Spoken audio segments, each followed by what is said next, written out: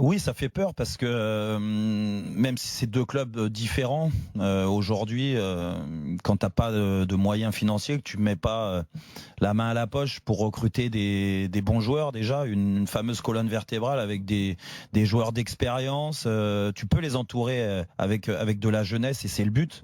Et on en parlait hier avec Bordeaux, Laurent Koscielny, c'est un bon projet si jamais ça se fait.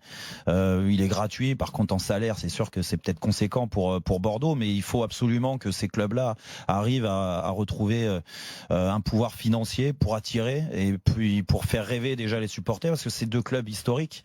Mais j'ai pas envie de les associer, même s'ils sont dans la même situation, plus ou moins, financièrement, à Marseille. T'as besoin d'avoir un actionnaire, un propriétaire du club qui met la main à la poche et qui injecte beaucoup plus d'argent qu'il le fait. Il en a fait beaucoup. Le problème, c'est on a répété, on se répète encore, c'est que les mauvais choix ont fait que t'as l'impression que ça s'est évaporé comme ça. Tout ce qu'il a investi, il en a investi pas mal, et que pour redonner goût encore aux supporters de l'OM et surtout une chance à Marseille de rester, de redevenir une place forte du football français.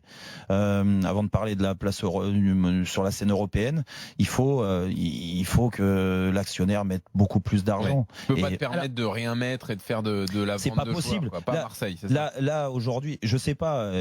Mohamed va nous en dire un peu plus sur Marseille et la vente d'Ocampos. Mais il faut différencier, Jérôme. Tout d'abord, j'ai trouvé que c'était intéressant parce que tu as différencié les deux clubs.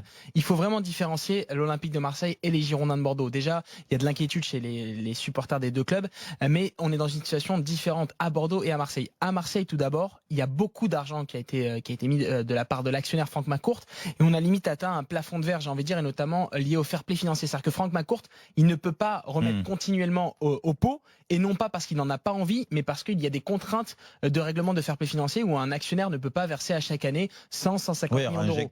Donc réinjecter, on ne peut pas dans le football moderne, j'ai envie de dire, le football avec les nouvelles contraintes de l'UEFA. Il faut par exemple une augmentation des sponsors, une augmentation des partenariats, une augmentation des ventes. Donc lui, Franck McCourt, par exemple, pour rassurer les supporters de l'OM, il s'est porté garant de tout le déficit de l'Olympique de Marseille. Il a dit, si je dois remettre, je remettrai de l'argent. Donc on est plus dans une situation de blocage financier parce que l'OM n'a pas d'actifs pour l'instant assez importante. Il n'y a pas d'offre pour des joueurs comme pour l'instant Morgan Sanson, Maxime Lopez ou d'autres dans l'effectif marseillais. En revanche, il y a une situation un petit peu plus inquiétante du côté de Bordeaux où les échanges ont été un peu plus tendus avec la DNCG, notamment avec une DNCG qui a vraiment observé les comptes de tous les Girondins de Bordeaux, et on voit des joueurs qui partent comme Koundé qui est parti pour 25 millions d'euros, Camano est sur le marché, et on voit que Bordeaux ne peut pas s'aligner sur des transferts comme celui de Palencia qui signe à Saint-Etienne, qui va signer à Saint-Etienne pour 2 millions d'euros, ou ne peut pas retenir des joueurs comme Youssouf qui va partir là aussi pour 2 millions d'euros avec 40% à la revente.